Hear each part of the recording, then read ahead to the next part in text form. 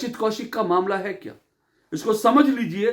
उसके बाद फिर अगर बात करते करते आपसे मुझे लगा कि हाँ मेरे अंदर इतना साहस है, मुझे लगा कि मैं डरने वाला नहीं हूं, मुझे लगा कि मैं अन्याय के खिलाफ आवाज उठा सकता हूं, मुझे लगा कि मैं अरविंद केजरीवाल के अन्याय, उनकी जो गुंडागर्दी है उसके खिलाफ बोल सकता हूं, तो मैं जरूर ये वीडियो कंप्लीट करूंगा, बनाऊंगा, बोलूंगा। लेकिन अगर मेरे दिल ने या मेरे दिमाग ने टर्न ही पलटी खा ली और मुझे लगा कि मैं ऐसी बेवकूफी कर रहा हूं, इसका कोई फायदा नहीं है, तो फिर मैं आपको आज कुछ नहीं बताने वाला।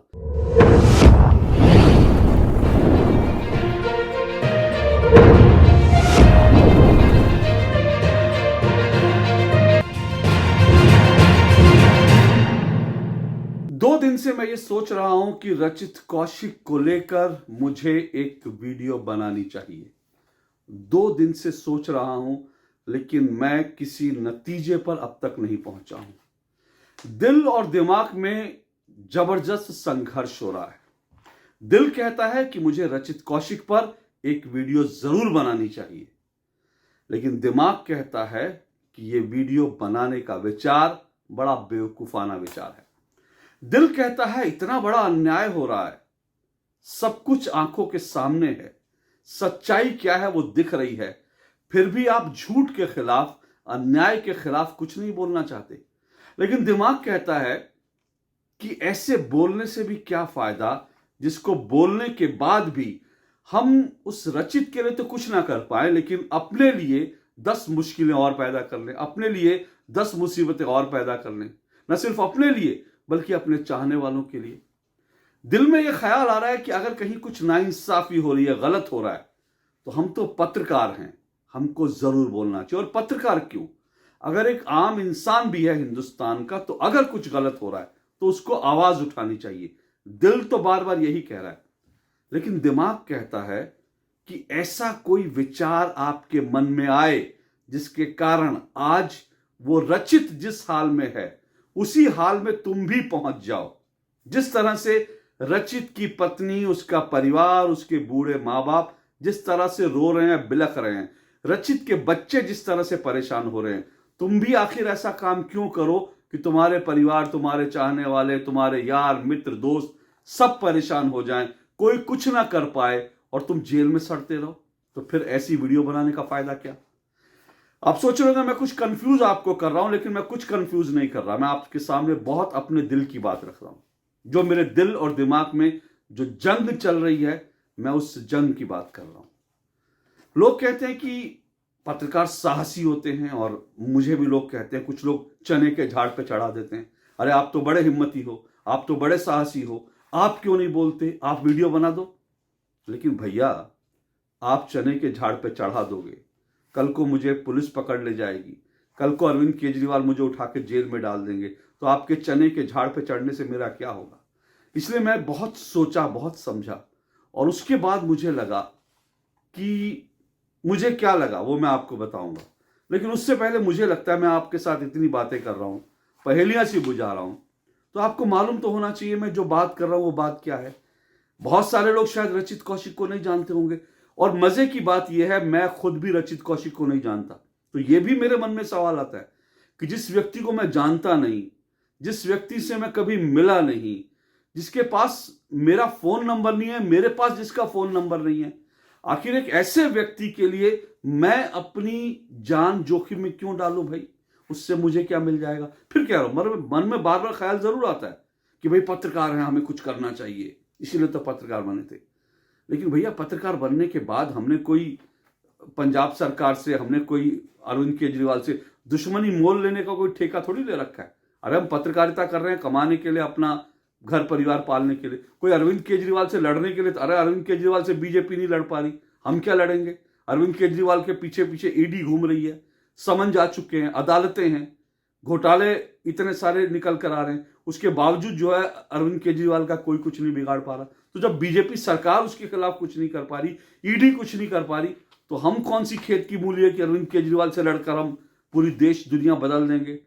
अरविंद केजरीवाल मुफ्त में सबको चीजें बांट रहे हैं, दिल्ली की जनता उनके प्यार में पगलाई हुई है, उनको लगता है दिल्ली की जनता को सब कुछ मुफ्त मिल रहा है, दिल्ली की जनता को सब कुछ मुफ्त मिल रहा है, तो इसलिए लगातार दिल्ली की जनता उनको चुनाव पे चुनाव जितवा रही है, कल को देश की जनता भी लगातार अरविंद केजरीवाल को चुनाव पे चुनाव जितवा दे तो वो तो बन जाएंगे देश के प्रधानमंत्री, हम चक्की पीसिंग एंड पीसिंग एंड पीसिंग। तो ऐसा काम क्यों करना है? इसलिए मैं आपको बहुत अपने दिल की बात आज आपके सामने रख रहा हूं। लेकिन इस मामले को समझना बड़ा जरूरी है आपको कि रचित कौशिक का मामला है क्या, इसको समझ लीजिए। उसके बाद फिर अगर बात करते करते आपसे मुझे लगा कि हाँ मेरे अंदर इतना साहस है, मुझे लगा कि मैं डरने वाला नहीं हूं, मुझे लगा कि मैं अन्याय के खिलाफ आवाज उठा सकता हूं, मुझे लगा कि मैं अरविंद केजरीवाल के अन्याय, उनकी जो गुंडागर्दी है उसके खिलाफ बोल सकता हूं, तो मैं जरूर ये वीडियो कंप्लीट करूंगा, बनाऊंगा, बोलूंगा। लेकिन अगर मेरे दिल ने या मेरे दिमाग ने टर्नी पलटी खा ली और मुझे लगा कि मैं ऐसी बेवकूफी कर रहा हूं, इसका कोई फायदा नहीं है, तो फिर मैं आपको आज कुछ नहीं बताने वाला, ये मेरा आपसे वादा है। लेकिन इससे पहले रचित कौशिक का मामला समझ लीजिए, क्योंकि वो आपको मालूम जरूर होना चाहिए। मैं आपको एक न्यूजमैन की तरह, खबरें पढ़ी जाती है ना, और वो खबरों में तो पढ़ना तो जो स्क्रिप्ट सामने टेलीप्रॉम्प्टर पे आती है वैसे ही पढ़ देते हैं। मैं आपको रचित कौशिक का मामला उसी तरह से मेरा इसमें कुछ लेना देना, मैं सच बता रहा हूं आपको, मैं आपको कसम से बता रहा हूं कि मेरे हाथ में कुछ कागज हैं, इन कागजों में मीडिया रिपोर्ट्स हैं, मैं अपनी ओर से कुछ नहीं कह रहा। तो अरविंद केजरीवाल जी अगर आप सुन रहे होंगे तो मेरा आपसे रिक्वेस्ट है, मैं दिल से आपको बता रहा हूं, मैं आपके खिलाफ कुछ नहीं बोलने वाला हूं। सिर्फ ये जो मीडिया में रिपोर्ट्स लिखे, तो अगर आपको इस वीडियो में जो कुछ मैं बता रहा हूं उसके कारण अगर आपको गिरफ्तार करना हो तो कृपया मुझे नहीं, क्योंकि ये स्क्रिप्ट जो है जिन अखबारों की है उनके ऊपर आप जरूर कार्रवाई करें, बिल्कुल करना चाहिए। इस तरह से वो आपको बदनाम कर रहे हैं तो आपको इनके खिलाफ जरूर करना चाहिए। सबको उठा के थाने में बंद कर दो, आप बिल्कुल बंद कर दो। लेकिन मैं सिर्फ एक न्यूज रीडर की तरह आज सिर्फ खबर पढ़ रहा हूं, मेरा कोई लेना देना नहीं, कसम से। तो चलिए आपको रचित कौशिक के बारे में बता देता हूं, क्योंकि मैंने तो जो खबरों में पढ़ा, अखबारों में, पहली बार आपको बता चुका हूं कि मैं रचित कौशिक को नहीं जानता, मैं बिल्कुल नहीं जानता, कभी मिला नहीं हूं। मेरे पास उनका मेरा आप मोबाइल चेक कर सकते हैं, मेरे मोबाइल में रचित कौशिक नाम के किसी व्यक्ति का नंबर नहीं है। और आप चाहें तो मैं अरविंद केजरीवाल जी, आपसे मेरा यह भी अनुरोध है, आप चाहें तो मैं आपको, मेरे फोन में कोई पेगासस हो नहीं हो उससे मुझे कोई चिंता नहीं, लेकिन मैं आपको अपना फोन दे दूंगा, आप मेरा फोन चेक कीजिए, मेरे मोबाइल फोन से एक भी कॉल, कसम से कह रहा हूं, एक भी कॉल रचित कौशिक को कभी कही नहीं होगी, कभी रचित कौशिक का मेरे पास फोन आया नहीं होगा, मैं आपको पक्की बात बता रहा हूं। अब रचित कौशिक के बारे में जो मैंने पढ़ा, जो मुझे मालूम पड़ा, वो मुझे मालूम पड़ा कि मैंने ये अमर उजाला अखबार पढ़ा, उसमें लिखा, उसकी हेडलाइन है, मुजफ्फरनगर यूट्यूबर को फिल्मी स्टाइल में पकड़ कर ले गई पंजाब पुलिस, अपहरण का मचा शोर। ये मैं नहीं कह रहा हूं, ये अमर उजाला की रिपोर्ट कह रही है। अमर उजाला की रिपोर्ट क्या कह रही है? अमर उजाला की रिपोर्ट ये कह रही है कि एक यूट्यूबर पत्रकार है रचित कौशिक, तो ये फिर बता रहा हूं मैं, इस अखबार में लिखा है एक यूट्यूबर पत्रकार है रचित कौशिक, दिल्ली के रहने वाले, और वो मुजफ्फरनगर गए थे शादी में। सोचिए, वो मुजफ्फरनगर, दिल्ली से मुजफ्फरनगर गए थे शादी में, और वहां से उनको कुछ इस अंदाज में उठा लिया गया जैसे उनका अपहरण हो गया, क्योंकि सादी वर्दी में कुछ आए थे सिख पुलिस वाले, लंबे चौड़े हट्टे कट्टे। और जब रचित कौशिक अपने परिवार के साथ गाड़ी में कहीं जा रहे थे तो उनकी गाड़ी रोकी और 2 मिनट के अंदर अंदर, ये मैं नहीं कह रहा हूं, फिर मैं कह रहा हूं, मैं नहीं कह रहा हूं, ये मीडिया रिपोर्ट कह रही है कि 2 मिनट में उनकी पत्नी वर्दी सब सोचते रहे क्या हो गया, लेकिन पुलिस उनको एक झटके में पकड़ के ले गई। इसमें यह लिखा है कि कोतवाली क्षेत्र नई मंडी में थाना क्षेत्र में यूट्यूबर के अपहरण का शोर मच गया। बाद में पता चला पंजाब पुलिस उस युवक को किसी मामले में पकड़ के ले गई, किसी को पता ही नहीं, लेकिन पुलिस पकड़ के ले गई। इसमें यह भी लिखा है, एक रिपोर्ट और है, ओप इंडिया की रिपोर्ट है। अब ऑप इंडिया की रिपोर्ट क्या कहती है? ऑप इंडिया की रिपोर्ट कहती है कि रचित की मां को, मैं नहीं बता रहा हूं, फिर मैं आपसे कह रहा हूं, देखिए मेरे कोई शब्द नहीं है, एक भी शब्द मेरा नहीं है, आपको गिरफ्तार करना, आप ऑप इंडिया वालों को पकड़िए, मैं नहीं कह रहा हूं कुछ भी। तो ऑप इंडिया से रचित कौशिक की मां ने बताया कि उनका बेटा अपनी भांजी को लेकर शादी वाली जगह पर जा रहा था, अचानक से स्कॉर्पियो कार उनकी गाड़ी के सामने आ गई। इस गाड़ी से एक सिख व्यक्ति सामान्य कपड़ों में बाहर निकला। कौशिक ने समझा कि उनकी कार स्कॉर्पियो को टच कर गई है, इसलिए उन्होंने इस व्यक्ति से बात करने के लिए गाड़ी का शीशा नीचे किया, लेकिन जैसे ही व्यक्ति ने बिना किसी चेतावनी के उनकी गाड़ी का दरवाजा खट से खींचा और रचित कौशिक को उठा कर ले गया। इससे पहले कि लोग समझ पाते, रचित कौशिक को उठा लिया गया। कुछ ही मिनटों में जब वहां जमा हुए तो लोगों को पता चला कि भाई पंजाब पुलिस आई थी, वो गिरफ्तार करके ले गई, बिल्कुल फिल्मी अंदाज में। पंजाब पुलिस की इसके लिए मतलब सैल्यूट करना चाहिए, मतलब अपहरण के अंदाज में। मतलब हम तो ये सुनते थे कि जो अपहरण करता है, जो गुंडे बदमाश हैं, वो पुलिस से टेक्निक सीखते हैं। यहां तो ऐसा लग रहा है पंजाब पुलिस गुंडे बदमाशों से टेक्निक सीख कर आई थी कि कैसे अपहरण करने का। मतलब वहां जितने, मैं नहीं कह रहा हूं, मैं फिर कह रहा हूं, मैं नहीं कह रहा हूं, लेकिन वहां जितने चश्मदीद थे वो बता रहे थे कि जैसे अपहरण करने के अंदाज में उठा के ले जाते, वैसे उठा के ले गए। गजब है, पंजाब पुलिस को इसके लिए सैल्यूट करना चाहिए। अब इसमें और बड़ी पेचीदगी क्या है? अब देखिए, ये जो पूरा मामला है, अब फिर मैं कह रहा हूं, जब ये मैंने पढ़ा मुझे लगा रहा है ये तो गलत हो रहा है, क्योंकि जो देश में कानून है ना, हम तो यही सुनते हैं हिंदुस्तान में कानून है, कानून का राज है। कानून का राज क्या होता है कि अगर किसी को पुलिस को पकड़ना है, वारंट आएगा आपको, और अगर दिल्ली का बच्चा है, वो दिल्ली का लड़का है, उसको दिल्ली में गिरफ्तार करना चाहिए था। लेकिन आप सोचिए कि पंजाब की पुलिस जब एक दिल्ली के व्यक्ति को उत्तर प्रदेश से जाके गिरफ्तार कर लेती है, योगी राज बाबा का, वहां से पंजाब पुलिस जाके गिरफ्तार कर लेती है। अब मैं सोच रहा था ऐसा क्यों हुआ होगा, आखिर पंजाब पुलिस को इतनी जहमत क्यों? आप जाते, शादरा से उसका घर था, उसको उठा लेते, लेकिन नहीं। दरअसल 2022 का मुझे किस्सा याद आ गया।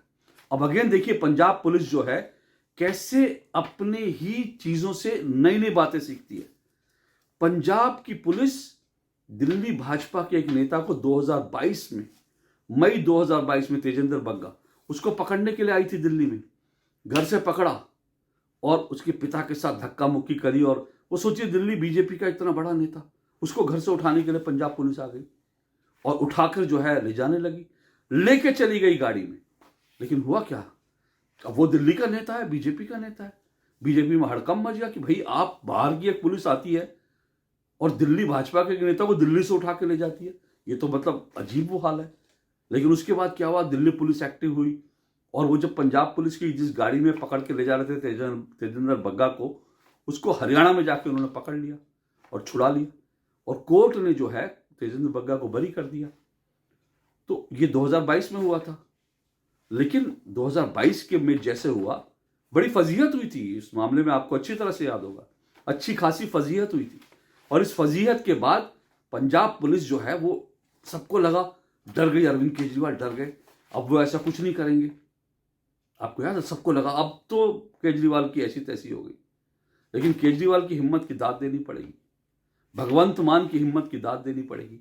एक साल बाद, ठीक एक साल बाद, मई 2023 में, यानी तेजेंद्र बग्गा को मई 2022 में पकड़ा जाता है, और उसके बाद मई 2000, ठीक एक साल बाद, मई 2023 में, एक देश का बहुत बड़ा channel, times now Bharat channel, देश का सबसे बड़ा एक चैनल है, उस चैनल ने अरविंद केजरीवाल के ये जो शीश महल है उसके बारे में खबर दी कि कैसे 8-8 लाख रुपए के पर्दे लग रहे हैं, कैसे उसमें वियतनाम का महंगा महंगा जो है टाइल लाई गई है, पत्थर लाए गए हैं, कैसे बाथरूम का एक एक, जो जहां बैठ के पॉटी करते हैं, एक एक कमोड, वो लाखों रुपए का है।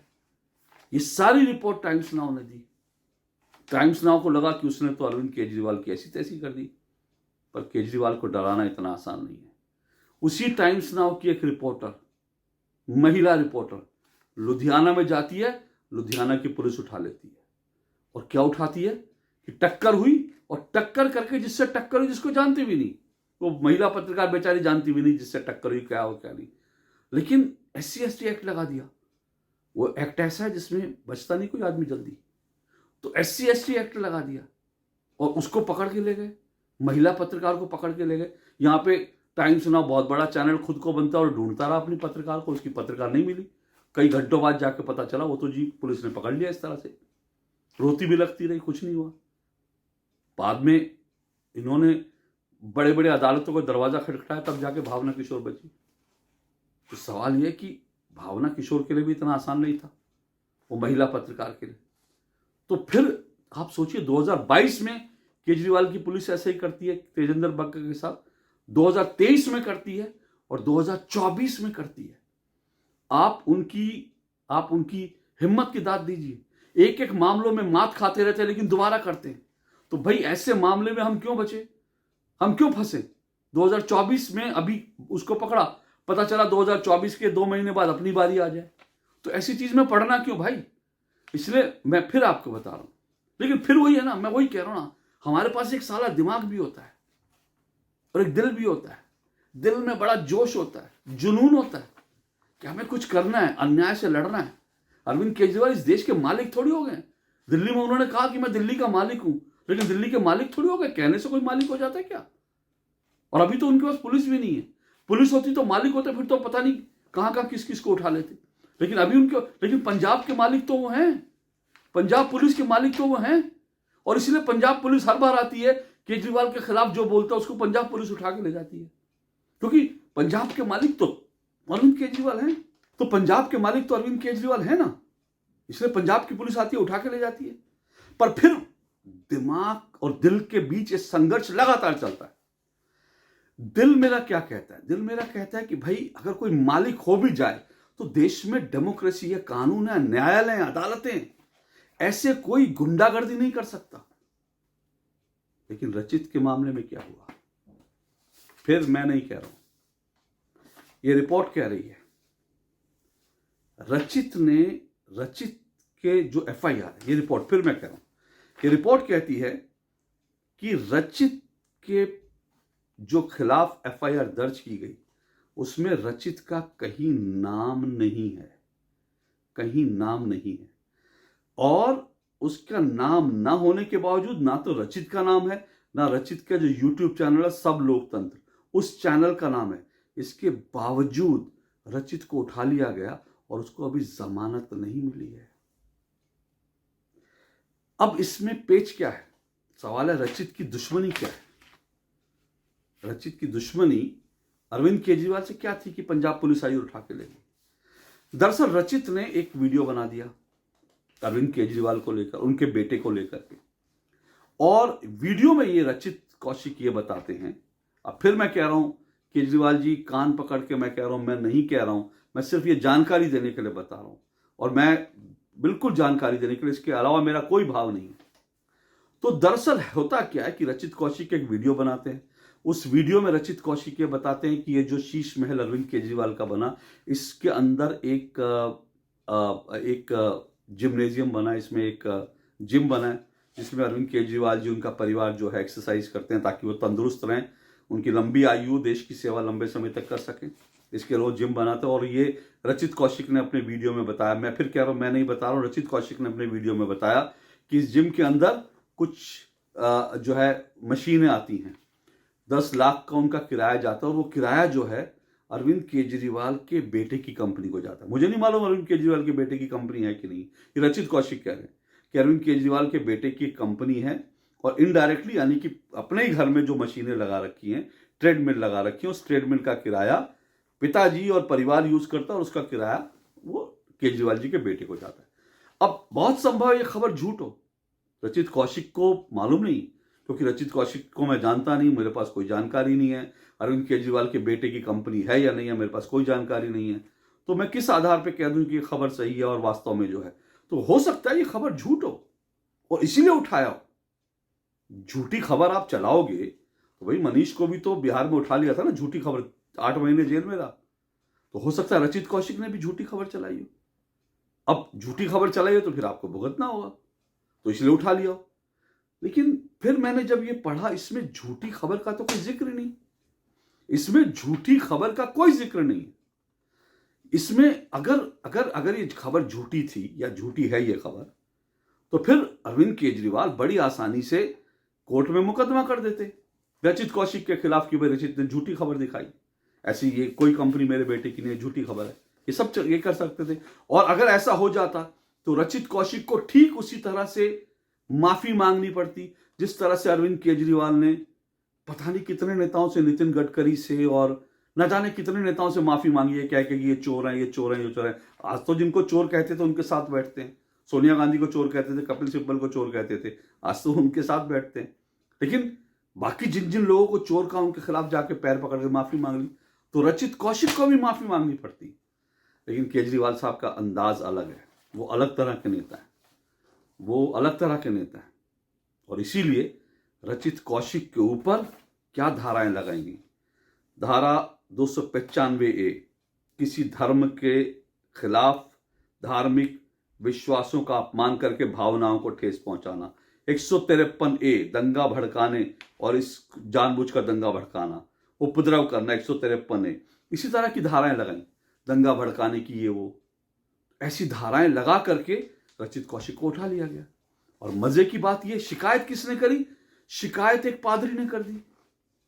अब पता नहीं मुझे कि मतलब रचित कौशिक ने कौन सी भावना किसकी आहत करी, मैं ढूंढ रहा हूं, मुझे समझ में नहीं आ रहा।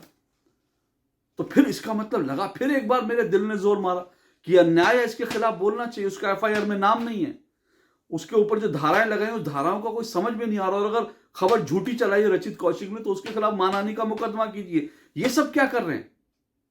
तो एक बार फिर से दिल ने जोर मारा और दिल ने कहा इसके खिलाफ एक वीडियो जरूर बनानी है। और मैं यही सोच सोच कर खड़ा हुआ। लेकिन फिर क्या हुआ जानते हैं? दो चीजें मुझे याद आ गई।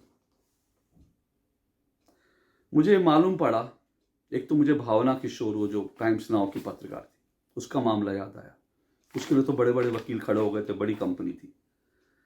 अब वो जो महिला पत्रकार थी उसके साथ वो भले ही जेल में 1-2 दिन रही, 2 दिन शायद रही। उन 2 दिन में उसके साथ क्या सलूक किया गया। वो बच्ची जो है वो टॉयलेट जाना चाह रही थी, बाथरूम जाने। पुलिस ने कहा बाथरूम जाओ लेकिन दरवाज़ा मत बंद करो। एक महिला पत्रकार के साथ ये कहा कि टॉयलेट जाओ, दरवाज़ा नहीं बंद करने देते थे। आप सोचिए, वो तो महिला है, पुरुष के साथ क्या क्या कर सकते हैं। इसलिए मैं अपने दिमाग से फिर सोचना शुरू किया कि वो इतने बड़े वकील लगे, इतने बड़े चैनल की पत्रकार थी, उसके साथ ये कर सकते हैं। हम तो बहुत छोटे हैं और हम कौन सा रवीश कुमार हैं कि हमारे भाई के ऊपर बलात्कार का केस लगेगा तो कांग्रेस वाले जो हैं दिल्ली से 10 बड़े बड़े वकील जो हैं, जिनकी एक समय खड़े होने की फीस 10-10 लाख होती है, कौन चुकाएगा भाई? रवीश कुमार जी के भाई के लिए चुका दिया तो हमारे लिए कौन चुकाएगा? तो इस चक्कर में नहीं पड़ना चाहिए। लेकिन फिर मुझे लगा कि भाई थोड़ा तो संघर्ष करना चाहिए, ऐसे हथियार थोड़ी डालने चाहिए। लेकिन फिर मुझे किसी ने जानकारी दी और वो जानकारी जानते क्या है? वो जानकारी पता चला कि दरअसल रचित को पंजाब पुलिस की जो क्राइम इन्वेस्टिगेशन एजेंसी है CIA, उसने उठाया, CIA ने उठाया। अब मैंने सोचा कि जरा ये CIA क्राइम इन्वेस्टिगेशन एजेंसी है, लेकिन फिर मैंने जरा सर्च किया, गूगल पे सर्च किया CIA के बारे में कि इसकी विशेषताएं क्या हैं। आप सुनेंगे इसकी विशेषताएं। इसके बारे में गूगल पे लिखा है कि ये जो क्राइम इन्वेस्टिगेशन एजेंसी है ये किडनैपिंग, स्मगलिंग, नारकोटिक्स, आतंकवाद और हत्या जैसे मामलों में डील करती है। स्मगलिंग, किडनैपिंग, नारकोटिक्स, ये जो ड्रग्स होता है, आतंकवाद, हत्या, मतलब जितने बुरे से बुरे अपराध हैं उनको डील करती है। और एक लाइन CIA के बारे में और लिखी है, और वो लाइन ये है कि CIA की खासियत क्या है? वो इंटेरोगेट करके क्राइम को स्वीकार कराने के लिए जानी जाती है। इंटेरोगेट करके क्राइम को स्वीकार कराने के लिए CIA जानी जाती है। 1 घंटा, 2 घंटा, 2-3 दिन अगर कोई गूंगा भी CIA के पास रह जाता है तो वो भी बोलने लगता है कि हाँ मैंने ही सब कुछ किया। CIA का ये डिटेल पढ़ने के बाद मैंने सोचा कि मैं इस चक्कर में नहीं पड़ूंगा, मुझे इसके बारे में कोई वीडियो नहीं बनाना। मेरी अरविंद केजरीवाल जी से क्या दुश्मनी है भाई? अगर उनके घर में शीश महल में रहते हैं और उनके बेटे की कोई कंपनी है तो होगी, बहुत सारे लोगों की होती है। अरविंद केजरीवाल जी की भी हो सकती है, हो नहीं हो। रचित कौशिक ने सही कहा, झूठ का, इससे हमें क्या लेना देना? अरे हम अपने घर में रहें, आराम से रहें, प्यार से रहें, क्या दिक्कत है? अरविंद केजरीवाल जी तो गाना गाते हैं, इंसान से इंसान का हो भाईचारा, यही पैगाम हमारा। वो तो भाईचारे का संदेश दे रहे हैं। अब अगर कोई व्यक्ति उनके लेकर इस तरह की रिपोर्ट चलाता है और पंजाब पुलिस उठा लेती है तो फिर हमको भी तो सोचना, हमारी भी तो कोई रिस्पॉन्सिबिलिटी है। और हमारी रिस्पॉन्सिबिलिटी किसके प्रति है? रचित कौशिक के प्रति कोई रिस्पॉन्सिबिलिटी नहीं है, हम उसे नहीं जानते। लेकिन केजरीवाल दिल्ली के मालिक हैं, दिल्ली के आधे मालिक के, पंजाब के वो पूरे मालिक हैं, और कल को देश के मालिक बन सकते हैं।